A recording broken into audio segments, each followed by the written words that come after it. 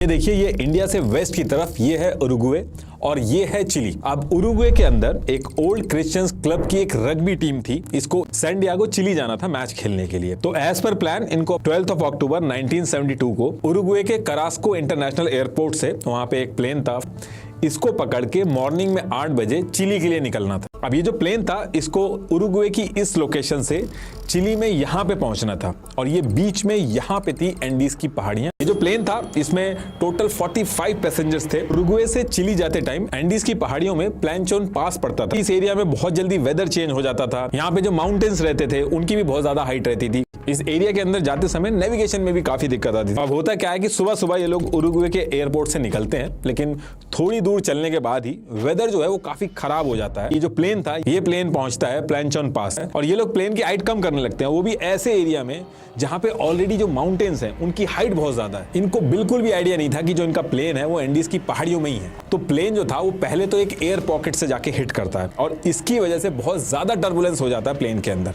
Turbulence के बाद जो को पायलट था इस प्लेन को और ऊपर करने की कोशिश करता है और एक और झटका लगता है और प्लेन और नीचे आ जाता है। पहाड़ जो थे वो आसपास बहुत उनकी हाइट थी और प्लेन की हाइट बहुत ज्यादा कम थी। अब इसकी वजह से जो प्लेन था उसका राइट विंग एक माउंटेन से टकरा के टूट जाता है। उसके बाद दूसरा जो लेफ्ट विंग था वो भी टूट जाता है और आधा प्लेन टूट के 350 किलोमीटर पर आवर की स्पीड से सीधे जमीन में आके गिरता है। जैसे ही एक्सीडेंट होता है, 5 लोगों की तो तुरंत डेथ हो जाती है और जो 7 लोग थे उनका पता ही नहीं चलता कि वो इस एक्सीडेंट के बाद गए कहां। तो ये जो टोटल 45 पैसेंजर थे प्लेन के अंदर, इस एक्सीडेंट के बाद अब खाली 33 बचे थे। अब ये प्लेन क्रैश तो हो गया था, लेकिन ये जितने 33 पैसेंजर थे ये बहुत ही श्योर थे कि प्लेन क्रैश हुआ है। इसकी खबर जो है वो आसपास में फैल गई होगी और आज रात की बात है। बाकी कल तो टीम आई जाएगी, बस कुछ घंटों की बात है, जैसे तैसे करके हमें रात काटनी है। लेकिन ऐसा सोचना इनकी सबसे बड़ी भूल थी। अब इधर ये सारी चीजें चल रही थी, दूसरी तरफ चिली, अर्जेंटीना, उरुग्वे में ये सारी खबर पहुंच चुकी थी कि यहाँ से एक प्लेन गायब हो गया, उसके जो पैसेंजर हैं वो भी नहीं मिल रहे हैं। और जो लास्ट लोकेशन थी, जो लास्ट बात हुई थी, उस लोकेशन के ऊपर उरुग्वे, चिली और अर्जेंटीना के जो प्लेन थे वो सर्च ऑपरेशन जो था वो करना स्टार्ट कर देते हैं।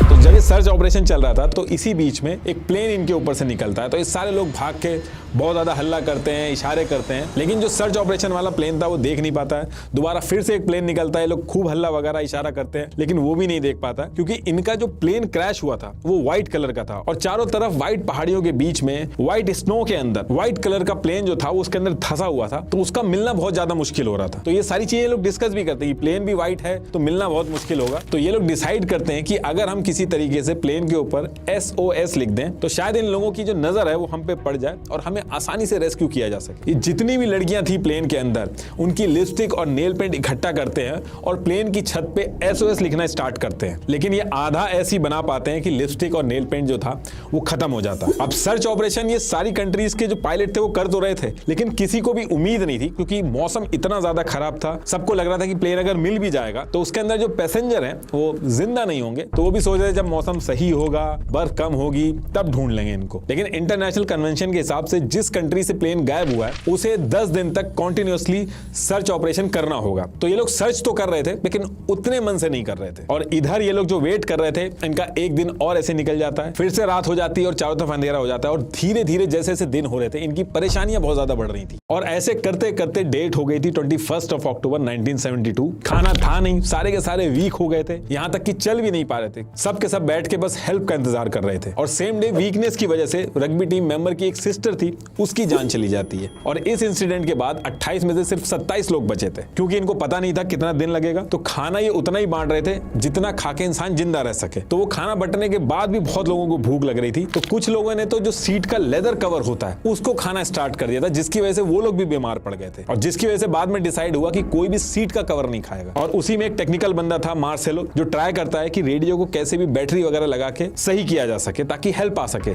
तो जैसे तैसे करके कई दिनों के बाद मार्सेलो जो था उसने रेडियो को बैटरी से कनेक्ट करके ऑन कर लिया था, लेकिन इसमें दिक्कत ये हो रही थी कि इधर से सिग्नल नहीं जा पा रहे थे। बस चिली के अंदर कुछ रेडियो स्टेशंस को वो पकड़ पा रहा था, तो वहां की जो न्यूज वगैरह थी बस वो ये लोग सुन पा रहे थे, इधर से कोई मैसेज नहीं जा पा रहा था। और फिर एक दिन मार्सेलो रेडियो को कंटिन्यूअसली सुन रहा था और वहीं पे वो एक खबर सुनता है कि उरुग्वे की जो रग्बी टीम वाला जो प्लेन था उसका सर्च ऑपरेशन रोक दिया गया है। अब रेडियो पे ये चीज सुन के मार्सेलो जो था वो सबको इकट्ठा करता है और कहता है कि गाइस एक गुड न्यूज है, है। अब सब लोग बहुत ही खुश हो जाते हैं और जैसे ही सब लोग इकट्ठा होते हैं तो मार्सेलो कहता है कि गुड न्यूज ये है कि सर्च ऑपरेशन बंद कर दिया गया है। अब इसको सुन के लोग बहुत ज्यादा गुस्सा हो जाते हैं, लेकिन ये कहता है कि गुड न्यूज ये इसलिए है क्योंकि अब यहां से ये चीज कंफर्म हो गई है कि यहां से निकलने का सिर्फ एक ही तरीका है, वो हमें खुद निकलना होगा, कोई हमारी हेल्प करने नहीं आएगा। एटलीस्ट ये चीज तो हमें पता चल गई। अब इसके बाद जो खाना बचा हुआ था वो बहुत ही कम क्वांटिटी का बचा था। लोगों की हालत बहुत ज्यादा खराब हो रही थी। लोग डरे हुए थे कि खाना अगर खत्म हो जाएगा तो एक कीड़ा तक नहीं है आसपास कि उसको भी खाया जा सके। खाली एक चॉकलेट का टुकड़ा और एक डिओड्रेंट की ढक्कन में वाइन पी के सारे के सारे ये दिन काट रहे थे। अब इसके बाद ये जो मेडिकल स्टूडेंट थे वो कहते हैं कि ऐसे काम चल नहीं पाएगा, अगर हमें जिंदा रहना है तो खाने के लिए कुछ ना कुछ इंतजाम करना होगा। और अगली लाइन जो इसके बाद ये बोलते हैं, यानी कि जो चीज सजेस्ट करते हैं, उसको सुन के हर कोई हैरान हो जाता है। ये लोग कहते हैं कि बाहर जो डेड बॉडीज पड़ी हुई हैं उनको हमें खाना पड़ेगा और ये चीज जितना जल्दी हो सके हमें करना पड़ेगा, वरना हमारे में इतनी जान भी नहीं बचेगी कि उन बॉडी तक पहुंच के उनको काट के खाने लायक भी हम बचे। लेकिन ये बात सुन के हर कोई अचंभे में था। कोई लोग तो गुस्सा हो जा रहे थे। कोई कहता कि मेरी सिस्टर बाहर पड़ी है, कोई कहता मेरा दोस्त बाहर पड़ा है,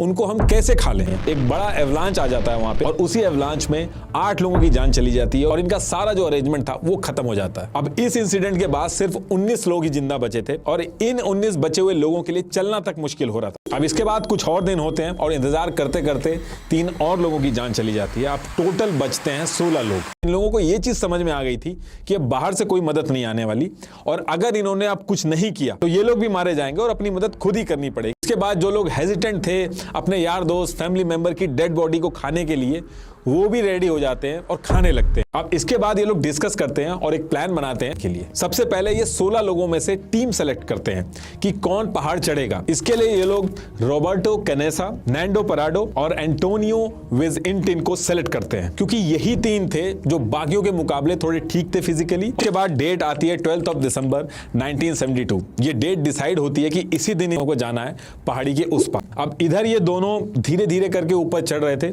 18 दिसंबर को एक दिन इनके ऊपर से प्लेन भी निकलता है। ये लोग बहुत हल्ला करते हैं, इंडिकेटर वगैरह जो इन्होंने बनाए थे सब दिखाते हैं, लेकिन कुछ नहीं होता है। चढ़ते चढ़ते इनको 8 दिन से ज्यादा हो चुका था। पहाड़ी के टॉप पे पहुंचते हैं और लकीली एक पहाड़ी इनको ऐसी दिखती है जिसपे स्नो नहीं थी, उस पे हरियाली दिख रही थी और इनको एक रिवर भी दिखती है। ये लोग बहुत ज्यादा खुश हो जाते हैं। करीब 70 दिन से भी ज्यादा हो गए थे इनको यहाँ पे रुके हुए और चलते चलते एक रात और हो जाती है। एक रात वहीं रास्ते में निकालते हैं और वहीं रिवर के साइड में वेट करते हैं। और थोड़ी देर बाद ये लोग जब बैठ के वहां इंतजार कर रहे थे तो एक आदमी रिवर के दूसरी तरफ घोड़े पे बैठ के आता। अब जैसा मैंने बताया रिवर बहुत बड़ी थी, उसमें पानी बहुत ज्यादा बह रहा था, तो पानी की आवाज से ये लोग इधर से कुछ बोल रहे थे तो उधर तक आवाज ही नहीं पहुंच रही थी। तो एक तरफ से दूसरी तरफ कम्युनिकेशन नहीं हो पा रहा था। ये लोग इधर से इशारा कर रहे थे लेकिन घोड़े पे जो बैठा हुआ था आदमी वो कुछ समझ ही नहीं पा रहा था। अब इसके बाद अगले दिन वो आदमी दोबारा आता है और इस बार जब आता है तो अपने हाथ में एक पेज और पेन लेके आता है और एक पेज पे लिखता है व्हाट डू यू वांट और इसको एक पत्थर में लपेट के इन दोनों की तरफ फेंकता है। अब उसने जो लिखा था उसको पढ़ के इधर से ये लोग भी पेन से लिख के पत्थर में लगा के उस कागज को फेंकते हैं। उस कागज के अंदर लिखा था I came from a plane that fell in the mountains, I am Uruguayan. ये वो पूरा मैसेज लिखा था पेपर पे। ये मैसेज जब वो पढ़ लेता है तो वो आदमी जो था वो सब कुछ समझ जाता है। उधर से वो कहता है आई अंडरस्टूड और वो जल्दी से लोकल अथॉरिटी को इन्फॉर्म करके हेल्प लेके आता है और इसके बाद इन दोनों को रेस्क्यू कर लिया जाता है, हॉस्पिटल लेके जाया जाता है और फिर ये पूरी कहानी बताते हैं कि कैसे इनके बाकी के जो 14 दोस्त हैं वो प्लेन में किस जगह पे फंसे पड़े हैं और किस तरीके से इन्होंने टाइम काटा है। और फिर इसके बाद 22 दिसंबर को रेडियो पे न्यूज आती है कि एंडीज में जो उरुग्वे का जो प्लेन क्रैश हुआ था उसके 2 सर्वाइवर मिल गए हैं और इनके 14 साथी जो हैं वो एंडीज की पहाड़ियों में है। और ये न्यूज सुन के ये 14 के 14 खुशी से रोने लगते हैं, चीखने लगते हैं, चिल्लाने लगते हैं। और फिर इसके बाद 2 हेलीकॉप्टर रेडी किए जाते हैं और इन दोनों से जो हॉस्पिटल में एडमिट थे जिनका वेट 30 केजी से भी कम हो चुका था, इनसे बस पूछा जाता है कि आप आइडिया से बता दो कि कहां पे हैं वो लोग।